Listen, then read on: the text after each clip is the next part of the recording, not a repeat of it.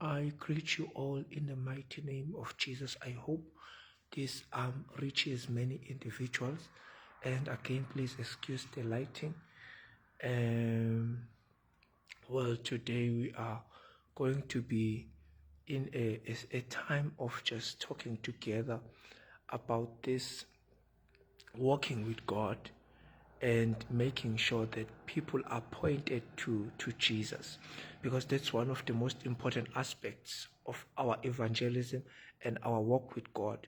Our God is all about giving, the sharing of knowledge and wisdom and his understanding, the sharing of the word. I get to collapse for you to be builded. I get to let go for you to receive something. So the passing and the receiving of the word of God has always been done like that, bazalwane. Selokhe kwathini kwenziwa kanjalo, if I could put it in those terms, ukuthi uNkulunkulu izinto uzenza kanjalo, like he is interested in, what can I say? He's interested in letting go. Uthi kuyamthokozisa ukunika umbuso. It's God's desire to give us the kingdom and the benefits of the kingdom. He says, upon this rock I will build my church, and the gates of hell shall never prevail. And then he says, I will then give you the keys of the kingdom. That is why somewhere in the book of Timothy it says Jesus is the key to the treasures, because in Jesus everything, God has put everything upon the Son. When Jesus is explaining, is giving the analogy of who he is to God the Creator, being God as the Son of God. He says the servant might know things, but not as much as the Son does. He says the Father will give charge and will let his Son know each and everything that he thinks that he is planning, because the Son belongs to the Father. The Son is of the Father. We even go back there to Abraham, the story of Abraham and the chief servant. I'm going to this giving and sharing, that the chief servant of Abraham is not even given a name, but is called the chief servant. And he is told to go and get the wife of Isaac. He goes there into this country, and then he finds, I think it's Laban there. And then when he speaks to Laban, that's Jacob's uncle, by the way, and he finds him, and then he says, he gets Rebecca. And then he comes back with Rebecca. When he comes back with Rebecca, I think it's Rebecca or Rachel. I think it's Rebecca, because Rachel I think is for Jacob. But Rebecca comes, and when he is in the journey, he gets all the time to communicate and understand the culture of where she's going. So the chief servant prepares Rebecca for the house of Abraham. This is an analogy, or this is a prophetic event, a prophetic action. You know, there are prophetic words, there are prophetic signs, but there are also prophetic happenings, prophetic plots in the Bible. If you go and read the book of Genesis, I'm going to show you where we are going with this, the giving and sharing. So when he gets there to get Rebecca, he comes with amalobolo. Let amalobolo into endala, into esemqoka ukuthi yenzeke, because indlela umuntu aziveza ngayo ukuthi uyazibophezela ngokupheleleyo. And 2, usukela umuzi wendoda phela. And 3, njengoba uzothatha indodakazi yabo, kufuneka ubakhombise ukuthi iyaphi ngalezi zintwana abayidemandayo, basuke betesta wena. And uma futhi uyiphasa le test, they will respect you a great deal and a long way, because you are showing them that you are someone who is really, really interested in their daughter for the long haul, for the long term, for the rest of your life. So that is why benza lezi zinto. So afika inceke enkulu yashiya lezi zipho, yasiyathatha uRebecca, yathola ithuba elanele lokumtraina uRebecca, acclimatizing her, terraforming her, educating her, lecturing her about the lifestyle, the culture, the doctrine, the belief system, the style of lifestyle in Abraham's household, because this is the chief servant. He knows everything that takes place there. He's the chief servant. And two, he's the one who has for years believed that the inheritance is his. So he knows everything about Abraham's household. Now Isaac is born. So we don't hear anything about Isaac up until Rebecca and the chief servant stand on a far place, and then they see a guy down there. And then Rebecca asks the chief servant, who is that guy? And then the chief servant, because he knows Isaac, he says, that is your husband. Rebecca doesn't know Isaac. And then the Bible says Rebecca put on the veil. There's something powerful about this. When she put on the veil, then the chief servant took her to Isaac. I'm gonna preach about that one day. Kusho ukuthi mhla uJesu evele emafini, njengoba eshilo kuJohn chapter number 14 ukuthi ngizomthumela umduduzi, ngizomthumela umsizi, ngizomthumela ozonisiza khona konke, anginishiyi, ngizoba nani through yena. Ngizonifundisa ngikuye ngoba yena uzongi-amplify, uzonginikeza i-ability yokuthi noma ngathiwa i-principality, noma ngathiwa kuphethe i-prince, angeke ngisavimbeka ngilimithwa inyama. Uzongi-enablisha ukuthi ngi-operate kwizinga likaNkulunkulu lobuNkulunkulu, ngibudala ubungcwele ngaphakathi kuwena, ngikwenze ube njengami wena njengoba uhamba. Babembuza phela uFilipi kuJohn chapter number 14 ukuthi kanjani sebetatazela manje ngoba usiyahamba, wabachazela lezi zinto ukuthi khona ozonambulela konke, ozonifundisa imfihlakalo. Jeremiah chapter number 3 verse 33, ngibizi ngizokuphendula, ngizokufundisa izinto ongazaziyo. Athi I will give you the treasures of darkness that are hidden in dark places. Athi extend your territory, O barren woman, for great is the treasures of those who are barren. Athi lula imingcele yakho manje ngoba khona izinto eziningi. Athi nweba itende lakho khona izinto ezinkulu, ububanje isikhathi eside uNkulunkulu sezokuphendula. So uma ekhuluma lezi zinto ezikhuluma ngokusibonisa uhambo luka chief inceke enkulu no Rebecca, ebona uIsaka, uRebecca waswagqoka iveil. Lithi iBhayibheli, when the Son of God appears in the clouds, the corrupt shall put on incorruption. Siyokwenza into nathi esingazi ukuthi siyenza kanjani. Kuthiwa umuntu ongaphakathi uzogwenya umuntu ongaphandle, ebese sihlangana noJesu emafini, lawo sambone enyuka nawo. Izokwenziwa kanjani leyo nto? Izokwenziwa ngamandla ka-chief servant okuwumoya. Lo moya sithi asiwazi. Igama elithi umoya engcwele is not igama ngi-wrong. I-phrase ethi umoya engcwele, it's a descriptive phrase. Ithi umoya engcwele lo, umoya ongaziwa, umoya kaNkulunkulu, umoya osentimonious. This is a sentimonious spirit. Ingakho kulula ukumcunula, ingakho kufuneka sihlale njalo sizigeza ngegazi likaJesu, sizihlambulule ukuze ahlale nathi, akwazi ukuhlala nathi, athi dwell in us, athi move with us. Ingakho kufuneka njalo uma uhlabelela uthi alehle igazi likaJesu lingigeza. Sithi masiqeda ukusho njalo bese yehla amandla amangcwele, ngoba igazi likaJesu is effective, liyasebenza, liyakusiza. Kodwa akusho ukuthi uma usugeze ngegazi likaJesu izono zakho ama-consequences azo angeke ungene kuzo. But angikho lapho ezonweni nakwini. uNkulunkulu uzokusiza ngoba umthumelile umoya engcwele ukuthi akusize. Uye owenza zonke lezi zinto, uyosebenza ngamandla. Umoya engcwele akasisi sicashalala ezulwini, uNkulunkulu kuNkulunkulu ewuNkulunkulu naye ngokwakhe. I-dispensation yakhe izokwambula lezi zinto abantu abaningi abayimisisha ngoJesu, ngoba uJesu uyi-wisdom kaNkulunkulu. Umoya engcwele ungamandla kaNkulunkulu. uNkulunkulu-ke, uNkulunkulu Baba is the consummation of the Father. Uyena ekhulunywa ngaye selokwathi inhlo, indaba yakhe le ekhulunywa kungaye. uNkulunkulu Baba yonke into ingaye. That is why ebonakala strict kanje kwi-First Testament, babehamba noBaba ebakhombisa ukuthi yena uBaba. Mase kufika uJesu ungena ngestrategy sokuthi ayibize ngendodana, because uzama ukuyichaza lento yokuthi uthando lukaBaba for his son, azakhuluma ngendodana yolahleko. But asikho lapho, sila ekuthaneni uNkulunkulu uNkulunkulu is all about giving and getting. Uyabona labazali abakhetha ukukhulisa izingane kamakhelwane nezabo ziyaphumelela zonke manje. Uxaka ukuthi kulo mphakathi waye wonke umuntu ephumelela ngoba asishongo ukuthi ngikhulise zami ezaba ngifuni giving and getting. Khona lamabandla akhulayo anamandla angalinyazwa izimo zesikhathi because kuleli bandla bane system abayisebenzisayo of protecting each other, giving and getting. Khona omunye nje umuntu oclose enhlizweni yami wangifundisa into enzima wathi Sikhumbuzo, okuvama ukuthi izinto ezincane seyizophela empilweni yakho uphisane ngazo.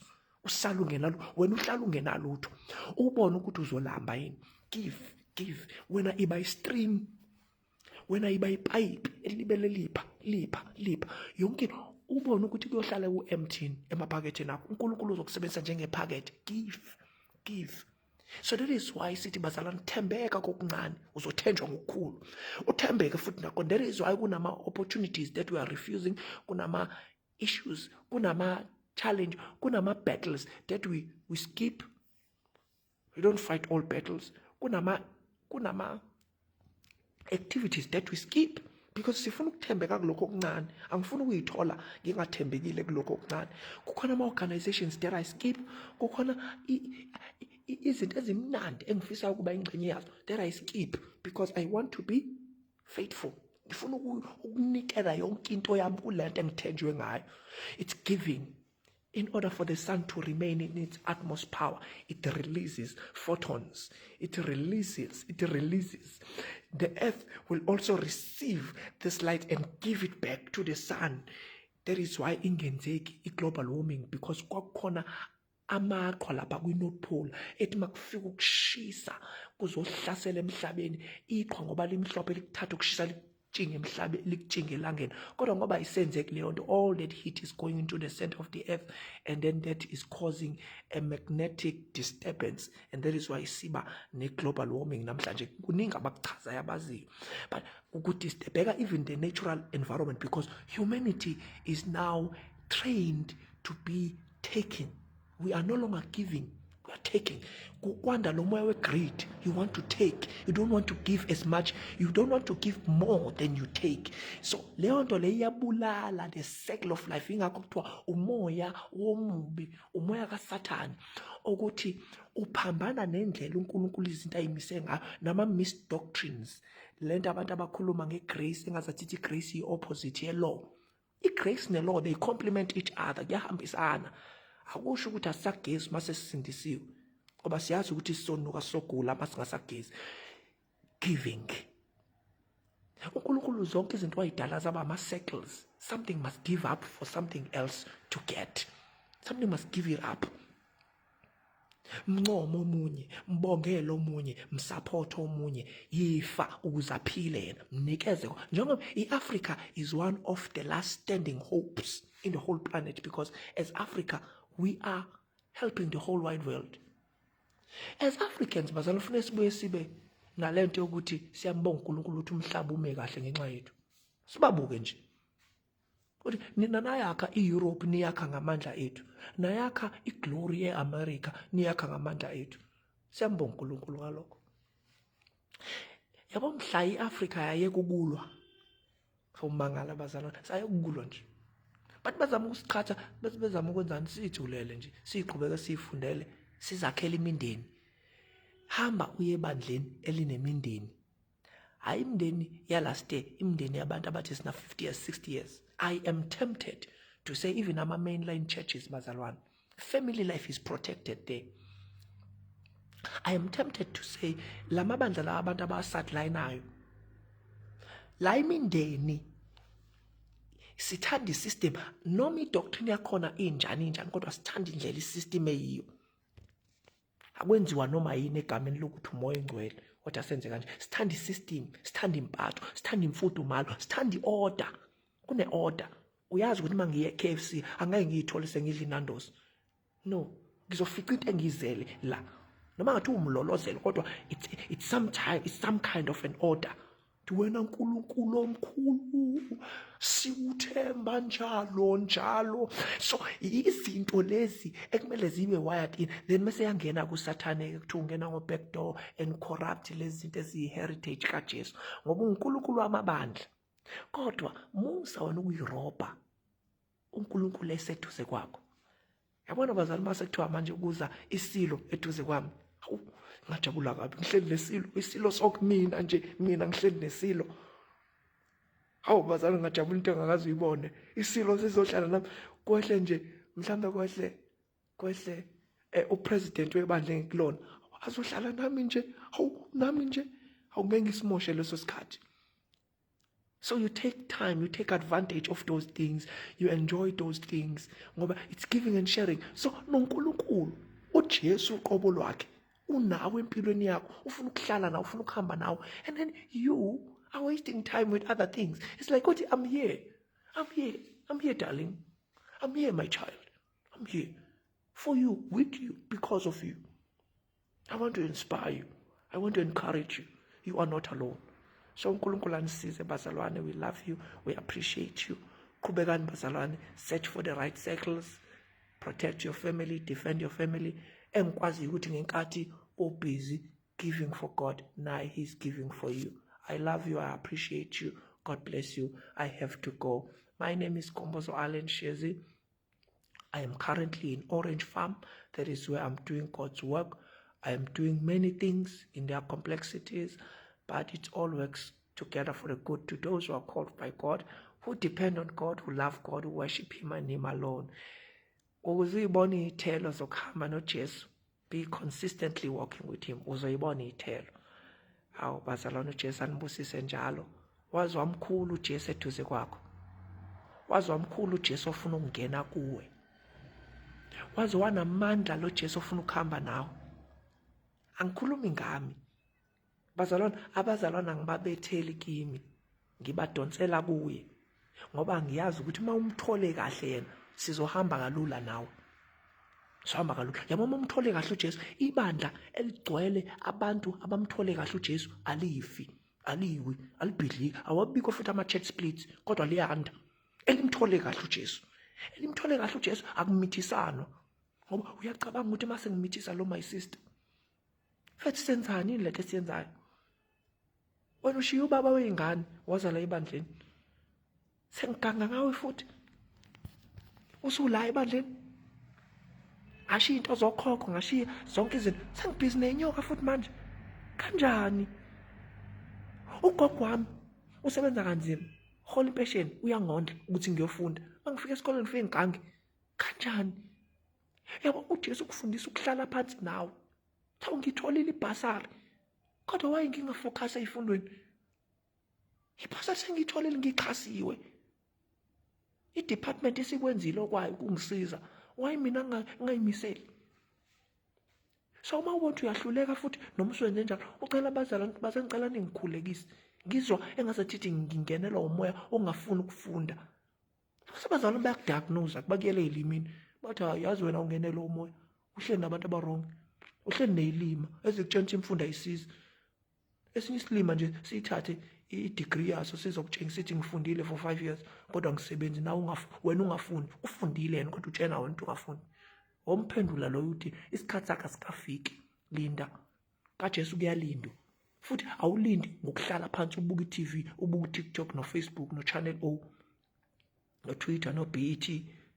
No, ulinda ngokwenza imisebenzi akubonakale. Bazalwane, sino-Facebook la sikutshengisa khona ukuthi for 10 years ngiphumile high school ngingayitholi i-university noma ngingakwazi ukungena e-university. Nazi izinto ebekade ngizenza, bengingahleli nje ngilindele ngithi ngikhamisile ukuze abanye bathele. Yes, many people supported me with their hard labor, with their work, with their resources. Angeke ngikuphike lokho bazalwane. Abantu abaningi kuyimanje nje bafaka i-pressure ukuthi hayibo Sikhumbuzo sifuna ukudla iy'thelo zakho, futhi basho baqinisile.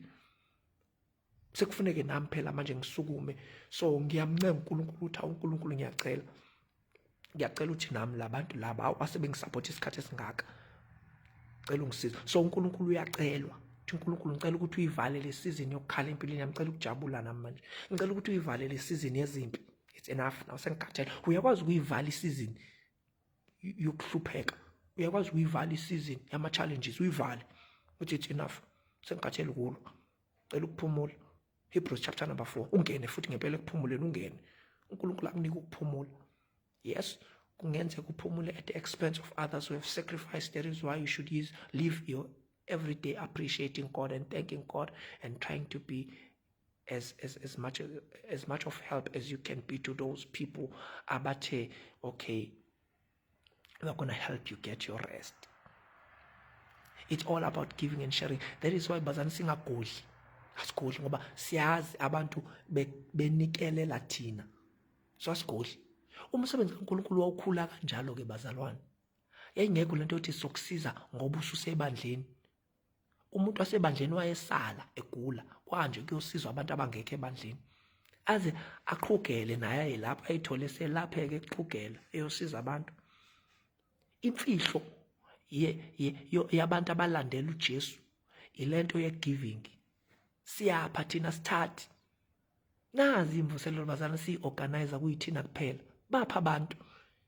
Ingoba bayazi ukuthi si-organize into yethu kuzodla thina vele lokudle sikuthengile kuthengelwe thina. Lo muntu esikhokhile iminikelo uzobe ezoshumayeza thina vele yonke into ingathi yonke into yethu. We are not giving to anybody. That is why we are not growing. Fika ibhasari abantu abayi-first priority ingane zala ibandleni. No, akulona ivangeli lelo. No. Uma sinama-resources awasizi thina, asiza abantu abangakholwa. Thina sobona uNkulunkulu uzosibona, nami ngasho njalo. Kodwa makufika ama-resources uNkulunkulu wathi thathe le mali uyinikeze usibanibani. Wakhala lo muntu engangimnikeza wathi wenzani Sikhumuzo wena? Ngathi mina uNkulunkulu uzongibona ukuthi ngenze njani. Ngiyikhethele mina ukukunikeza kodwa uNkulunkulu mina uzongibona. Alihambi ivangeli makunjalo, alihambi yini. Ungitshente ilizoma yini, ungitshente ngakini bazohlala yini baqhubeka bengakholwa. Wenza izinto ezinjalo. Hayi, siyofuna umsebenzi sibawu-5 sibawu-2, siyofuna uthi mfethu angeke ngiyime mina ngizohlala la ngikukhulekele. Hamba wena ne-CV yakho ngoba angifuni ukuthi iboss idideke lapha. Manje usho nje ukuthi hayi konke emane yenzeka mina endleleni. Afike ngempela athathwa aqashwe ungitshene ukuthi ivangeli angeke liqhubeke yini mawenza njalo. Ziwu-7 ingane zakho uyithathe nalezi ezimbili kamakhelwane. Sale seziba u-9 uyifundise zonke. Uyifundise ngisho noma ubone theza amakhelwane ezihlakaniphile okudlula ezakho. Uqhubeke. Wenze njalo mina umakhelwane wasekhaya.